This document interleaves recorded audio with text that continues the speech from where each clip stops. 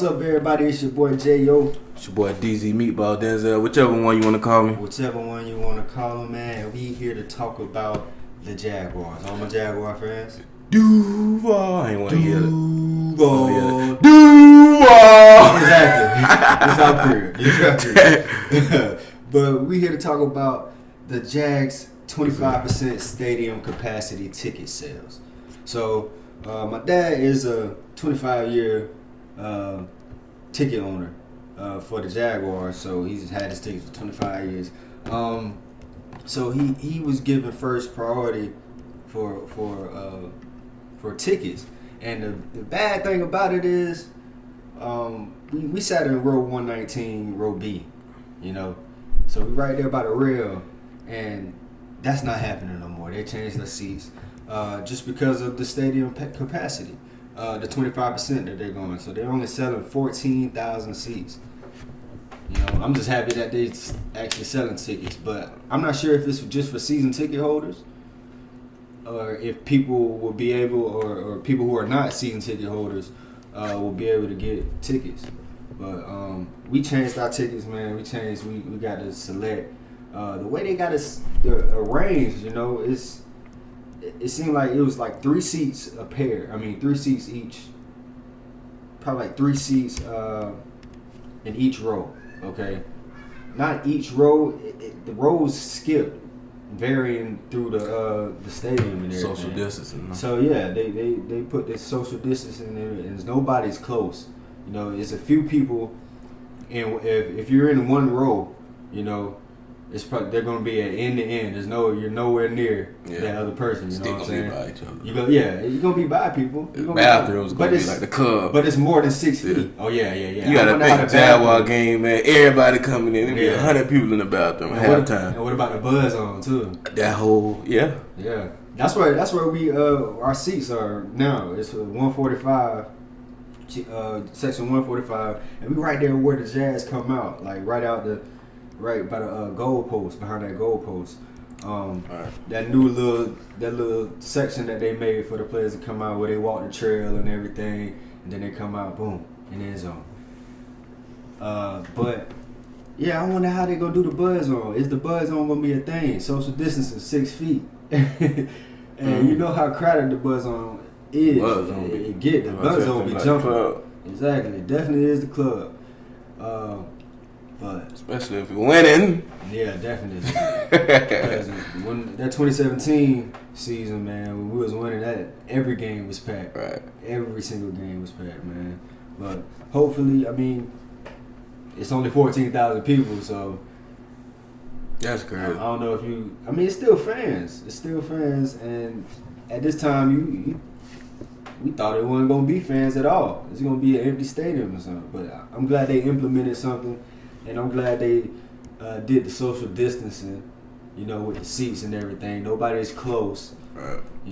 3 seats. You gotta select 3 seats. You don't have to select 3 seats, but it's just the way I seen it. You gotta be in your own space. You gotta be not your own space. You're gonna be with somebody, but it seems like 3 people for every ticket.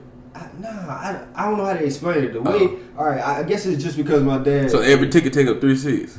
No, okay. Yeah. It's gonna be just because of us. All right, we got 3 tickets. Yeah. So I guess that's why it was showing 3 tickets everywhere. But it's people aren't close.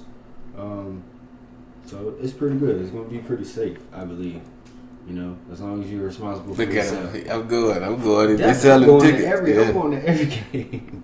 Definitely. But go Jags, man. We're going to keep it on the Jags. And the Jags have reported to the facilities and everything. They're in training camp. They're getting used to, they're getting to understand the playbook, and everything. It's good to get them in there instead of the Zoom meetings, Y'all get used to being in person, right, with each other. You can really learn while you actually doing it on the field, No pads yet. I don't believe any NFL team has gotten pads yet. So we have to wait on that. But been watching the interviews and everything of the players, and Leonard Fournette, you know, he kept it real. Definitely. You know, he talked about how he was perceived out in fans' bases in the media. Yeah, but you know what's crazy though? I never really thought that people looked at him like that. I didn't either. You know, but when he explained though why they would think his attitude would be like that because of losing, right. I was like, that should be understandable to anybody. And you want that. You know what I'm saying? You don't want no losers. You don't want anybody to accept losing. You know, you want to win. That's anywhere. No one wants to be a loser. Yeah. Exactly. Nobody want to be a loser. Nobody. So I definitely understand him, and I knew he wasn't a bad person, and I knew he was a great football player. Yeah. He's one of our vital pieces on our offense. Definitely. He is our offense. Right. Really. He the heart right now. Him. Definitely the heart. You take him away. In the past, we couldn't overcome that. Yeah, right. You know what I'm saying? We couldn't overcome that. We didn't have a quarterback to maybe we make those plays that are needed to make. Those throws that need to be made, you know, but I feel like we have that now with Gardner Minshew. Gardner, hearing from the players, Gardner has been more assertive and seems in command of the offense. You know, yeah, that's what I heard too. More confidence and everything. So that's what you need at a quarterback. You want to believe in your quarterback. You want to believe what he says in the huddle. You want to follow him. You know what I'm saying? You want somebody that you can go to war with, and he's going to be right there leading you. So I feel like Gardner Minshew stepping in and doing what he can do at this possible moment. You know, it's just training camp, walkthroughs, nothing big. But, you know, it's all about just learning the offense, learning the defense. Right. It's good to hear from the players, though. Definitely. Like the way Leonard sound like he hungry, though. You know what I'm saying? He talked about the 1,700 yards. Yeah. All purpose. So. And people don't realize that he is a very productive back. Yeah. You know. But pretty much he's saying he got to prove himself. Well, he ain't saying he got to prove himself. He want to ball out this year. That's what it sounds like to me from what I got from him. Exactly. You know? And I feel like he is. He's been working hard. He had the sweat training jacket on already, you know, doing conditioning. Came straight from conditioning. Yeah, see, you heard him talking about Joe Schobert, talking about he beat him on the wheel. He beat him on the wheel. Yeah. I just watched Joe Schobert. Yeah. And Joe Schobert's interview, and he said that, he went past him on the wheel, but he wasn't catch complete. it. Yeah, he ain't catch the ball. Yeah. I seen him. And Cam Robinson. Happy to see him healthy. Healthy. He's finally healthy. That's what I'm saying, bro. You know, I didn't know I knew he came from the ACL, then he tore his ACL, then he came back that next year. He didn't play as well as we knew Cam could play. But really, I don't want to say that because Cam hasn't played the way I think and I know that he can play. You know what I'm saying? He's a great left tackle coming from Alabama in the SEC. They breed him at. Yeah. They breed offensive tackles. They breed offensive linemen. That's the best football in college. The trenches. You know what I'm saying? He's been consistent with the way he plays. And I just don't like the rap that the offensive line gets. Because one thing that Cam said that was very true, when success doesn't happen, the rap goes right to the offensive line. And there's other stuff. You know, you know what I thought he was saying? Basically, he was like play calling. He said in so many words. That's what he was saying. Definitely. He said execution, so play calling. You know what I'm saying? It could be play calling, but execution could just be missing an assignment, missing a block, missing a step, doing that type of things. Doing those type of things. But coming into a new offense and with a great offensive mind like Jay Gruden, man, I feel that all the offensive players are very excited because they feel like everybody's going to be contributing and getting the ball. Right. That's what Jay Gruden offense is. You know, going back to Leonard, like you said, he's excited. Yeah. He led the league. Hungry. He led not the league, but he led our team in catches with 76. I believe 76 or 78, one of those. But you know, Jay Gruden uses a lot of pass catching running backs. He played, Chris Thompson. He brought Chris Thompson over. I'm not gonna say he brought Chris Thompson over with him because they weren't on the same team at the same time. But when they were in Washington together, Chris Thompson played with him with Jay Gruden when he was a head coach for at the the Washington football team. Yes, the Washington. How dare you? I'm sorry. But I believe that's a key reason why Chris Thompson is over here. But going back to the offensive line, I want to really talk about the offensive line with you, a former offensive lineman. You know what I'm saying? I'm just excited to see Cam healthy. Yeah. And I'm excited to see Cam. Definitely. Because I think he can be a beast. Man. He can. He showed us, though, he can be a beast. He can. He had a good rookie year. That's when it showed him. And then, he tore his ACL, came back a year after the ACL. It's always the second year where you come back to yourself after an ACL injury. But it's glad to hear that he's healthy. And he talked about Will Richardson moving to left tackle. He's been playing guard. He played a little bit of left tackle last year as well. Mm-hmm. And Ben Barch, the new rookie that we drafted. Barch. Yeah, they used him. They moved him to the right guard. So I believe he's going to slide into that starting position at right guard over AJ Cann. We might have to wait and see, but I believe that will happen. Yeah. From what I've seen from Ben Barch, like I said previously in podcast in the earlier episodes, if you want to go check them out, Ben Barch coming from a D3 or a D2 school, a low tier school, and being drafted in the third round, that says a lot. So third or fourth round, so that says a lot. Yeah, AJ Cann though, man. His job ain't secure. It's not. But he's gonna say that. I ain't gonna talk to him. I ain't gonna say no. He a good. I ain't gonna lie. He a good ball player, but he ain't consistent though. He's not. Definitely not. He ain't consistent in my eyes. Not. I really like Jawan Taylor too. I ain't never had block NFL. Yeah. Like tackle, but it's my perspective. He ain't consistent. Jawan Taylor at right tackle though. Yeah, young buck. Definitely. We don't have to worry about Brandon Linder in the inside in the center. He's one of the best centers in the league. Norwell, he kind of iffy, but he's still a good player. Yeah. Good player. He's inconsistent. Jawan Taylor can be a beast too. Jawan back Taylor to him real is quick. going to be a beast. Young beast. Definitely. He didn't get talked about too much last year, man. But he solidified that right side. We didn't really have too much pressure. We had pressure on the quarterback when we played like elite defensive lines. Like the Saints, Cameron Jordan, and all those boys. Like the Broncos, Von Miller, Bradley Chubb, all them. We had trouble with them.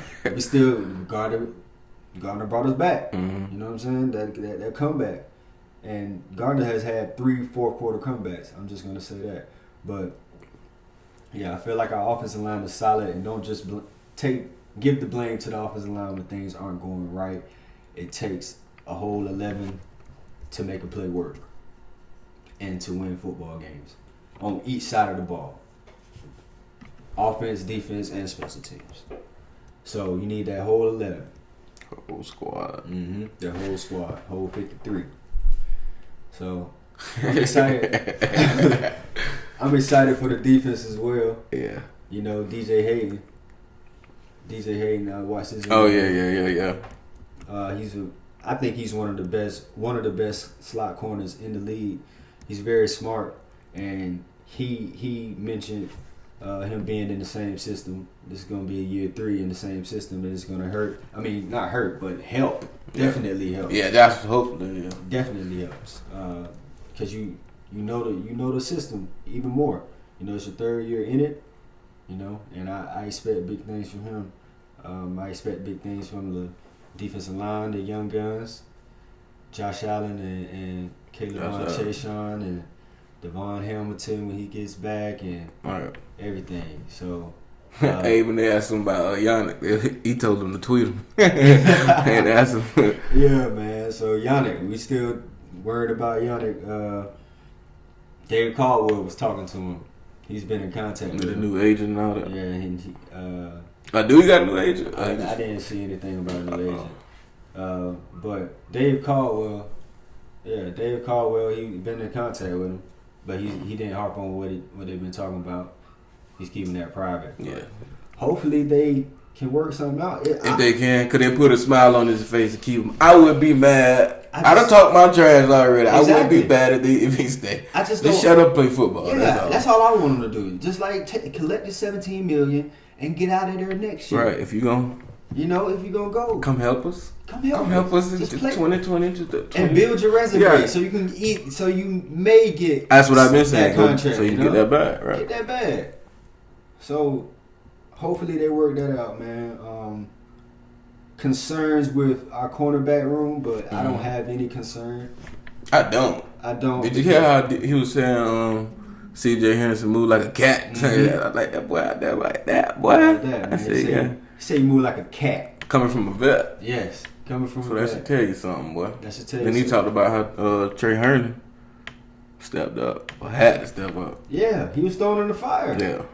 He played well. He played solid. Yeah. He was very solid. Especially who he was coming in behind. Yeah. We're not going to have another Jalen. Okay? I want one. You want one. I want one. Maybe I CJ, the whole duo. Maybe CJ turns into that. But I don't want to say that. You don't want to look at that. You can't look and say. I don't want to compare him to Jalen. I want him to be his own. Okay, I want him to be CJ Henderson. You know what I'm saying? He bring his own game to the way he plays and be great the way he plays, his style. You know what I'm saying? would like to be reminded of Jalen. Let me say that. But he's different. Jalen is a talkative man. Yeah. C.J. Henderson don't talk that much, but he get the job done, and he's not letting people catch the ball on him. That's all you need. I feel like Jalen did all that for marketing purposes, and marketing purposes. I mean, just getting his name out bigger, more recognition. You know what I'm saying? Because DBs don't really get that much, unless you do that, assert yourself like Dion. You got them handcuffs like that. You got to. I mean, but hey, speaking of getting the recognition, Hard Knocks comes on tonight. So check out Hard Knocks, the Los Angeles Chargers and the Los Angeles Rams. The double header. The double. So I wonder if they're going to have those episodes combined or it's going to be two different ones. We don't know. But that's going to end the episode, man. Go Jaguars. I expect a good, solid, young season. Great season. Gracious season. Hopefully. Season. So expect good things from the young guys. Gardner Minshew says Laviska Shenault is a beast.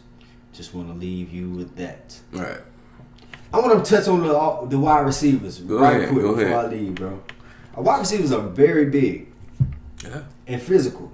Mm-hmm. You know what I'm saying? Good. That's what we need. So who's going to match up with 6'4" DJ Chark? He's also running a 4.3. Running like a Jaguar. Who's going to run and be physical and jump with Chris Conley? Another 4'3", 6'4" guy. Who is going to be more physical and who wants to tackle a running back in the slot like Laviska Shenault? Yeah. 6'2", 210, 220. Get Diddy. And then Diddy, the real cat of the wide receiver room. Right. The one who will pity pat, boom, boom, I will juke you and run past you. We got a perfect receiving core. Nobody don't see that. Meshes so well. Then if Leonard, that's why I'm so happy. Leonard he's sounding what he's sounding. He sound like he's ready for the season. We're just gonna open up past the game, and if Gardner looking good in everybody's eye, yes. God damn it, I'm happy. And then the pass rush, the young pass rush come off the edge and stop the run and do all this, and then linebackers come. I'm really. I ain't gonna say I'm worried about the defense, but I'm worried about them more than the offense, to be honest, though. Right. The defense, to be honest. I would say that as well. Man, because we have more new pieces. Mm-hmm. The offense is really solidified. It's just a different offense, new language and all that. Right. And it was clicking. Man, it was clicking, bro. They were clicking. Just wasn't finished. Wait, gotta finish. We gotta finish, man. And since we finishing, it's gonna be just a slight little episode, about the Jaguars. Definitely. We're gonna end it with a Duval. Duval in his name. Right. I don't know how to do things in the stadium, but you know what I was trying to do. Yeah. Hey, it's your boy J.O. It's your boy DZ Meatball Denzel. Whichever one you want to call me. Whichever one you want to call him, man, it's the adjustments.